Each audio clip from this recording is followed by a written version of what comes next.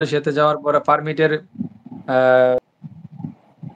বাংলাদেশে চলে আসি। তো বাংলাদেশ বিদেশে আবার ৩-৪ বছর দেশে ছিলাম। তো আবার ২য় পর্যায়ে আবার ইরাকের জন্য ৩-৪ বছর ঘুরে ২ বছর ঘুরে তারপরে ইরাক গেলাম। তো ইরাক থেকেও আব তোমার যেই আ যেই পারমিটের যে জটিলতাটা এটা ওইখানেও সমস্যা দেখা দেয়। তো ওইখান থেকে একবারেই চলে আসতে হয়। ২য় বার আর যাওয়া হয় নাই।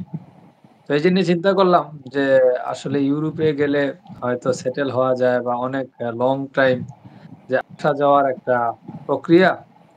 এই প্রসেসটার জন্য ইউরোপটা আমি বেছে নিয়েছিলাম আরকি। যে মিডল ইস্টে যত আ যে পারমিটের যে জটিলতাটা থাকে ইউরোপে অবশ্য থাকে না। সেই সুবাদে আরকি ইউরোপ যাওয়ার পরিকল্পনা। তো শুরুটা কিভাবে করলেন এবং দেশ নির্বাচন করলেন আমরা জানি ক্রোয়েশিয়াতে। তো ইউরোপে তো অনেক দেশ রয়েছে। আসলে ক্রোয়েশিয়ার বিষয়টা কেন আসলো অনেক আপনার হ্যাঁ, মাথায়? অনেক ইউরোপের অনেকগুলা দেশ রয়েছে ঠিক আছে। তো এখন বর্তমানে এর আগে দিয়ে আ অনেক লোক কিন্তু রোমানিয়াতে যেত। তো রোমানিয়া তখন নন সেনজেন ছিল। তো ওখান থেকে মানুষ বাই পথে বা গেম দিয়ে বিভিন্ন দেশে চলে যেত। তো এটা একটা যখন ভিসা জটিলতা হল, তখন বাংলাদেশে এখন এভেইলেবল যেই ভিসা গুলা হচ্ছিল ক্রোয়েশিয়া। আপনি জানেন যে ২৩ সালে ২৪ সালে প্রচুর ভিসা হয়েছে ক্রোয়েশিয়ার।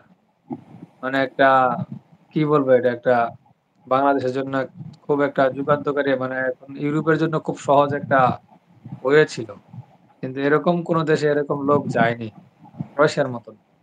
তো সেই সুবাদে সবার জিনিসটা যে জিনিসটা আমরা দেখি বিশেষ করে সবাই তো ভাইরাল জিনিসটা সবাই বেছে নেয়। যে এই প্রসেসটা যেহেতু অনেক লোক যাচ্ছে হয়তো আমরাও যেতে পারব। সেই সুবাদে যেহেতু সেনজেন কান্ট্রি এজন্য ক্রোয়েশিয়াটা আমরা বেছে নিই। নন সেনজেন হলে তো কোন কথাই ছিল না। এজন্য বেছে নিছিলাম। তো বেছে নেওয়ার আ এই এজেন্ট বা আমরা যে দালাল বলি যাই বলি না কেন, রিক্রুটিং এজেন্সি যেটা, তো যেটা বেছে নিয়েছিলাম। তো আপনি মোটামুটি মুক্তার সাহেব তো জানেন যে কিভাবে কার মাধ্যমে বেছে নিয়েছিলাম। তো আপনার সাথে তো মাঝে মধ্যে আলোচনা করা হয় যে বাইরে কোন দেশে যাব। আশা করি অনুপ্রেরণা আমরা পাই। এটা বাস্তবে এটা মানতে হবে। যেকোনো ব্যাপার আসলে করার আগে কিন্তু মুক্তার সাহেবের কাছে আলোচনা করে নেই। আপনার সাথে অন্তত এই জিনিসটা ডিসকাস করি যে কিরকম হবে। আসলে আমরা যারা বিশেষ করে যেকোনো বিষয়ে ধারণা বেশি থাকে বা অভিজ্ঞ থাকে, এই ধরনের লোক থেকে আমরা কিন্তু যেই যেকোনো জিনিস সম্পর্কে জানতে চাই বা জানার চেষ্টা করি। তো এই সম্পর্কে আমি বলব যে মুক্তার ভাইকে সবসময় আমরা যেকোনো বিদেশ সম্পর্কেও অন্তত আ জানার পরেও তারপর জিজ্ঞাসা করি যে মুক্তা ভাই কেমন হবে? তো আমাদের মুক্তা ভাইয়ের জন্য আরেকটি হলো মুক্তা ভাই অনেকের অনুপ্রেরণা দেয়। খুবই এটা উনার জন্য অনেক ধন্যবাদ।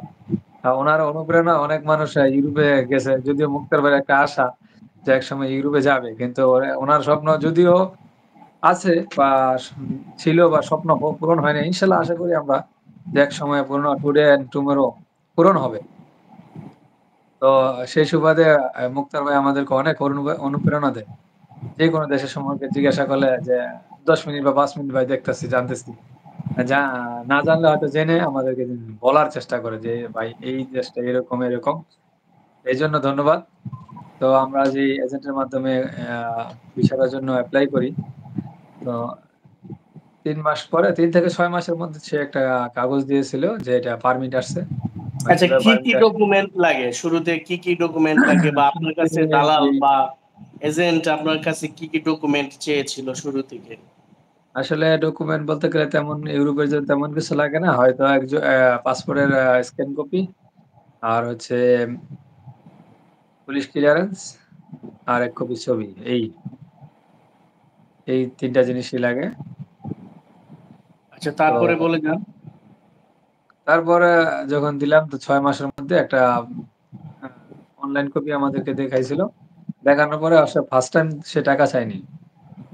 তো যখন অনলাইন কপিটা দেখানোর পরে আমাদের কাছ থেকে ৳১,০০,০০০ সে চাইলো যে ৳১,০০,০০০ কাগজপত্র এখনই কমপ্লিট করতেছি।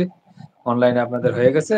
আর বিস্তারিত সামনে যে কাজগুলো করবে এর জন্য টাকা দরকার। তো আমরা ৳১,০০,০০০ দিই। এই টাকা নেওয়ার পরে তো ওনাকে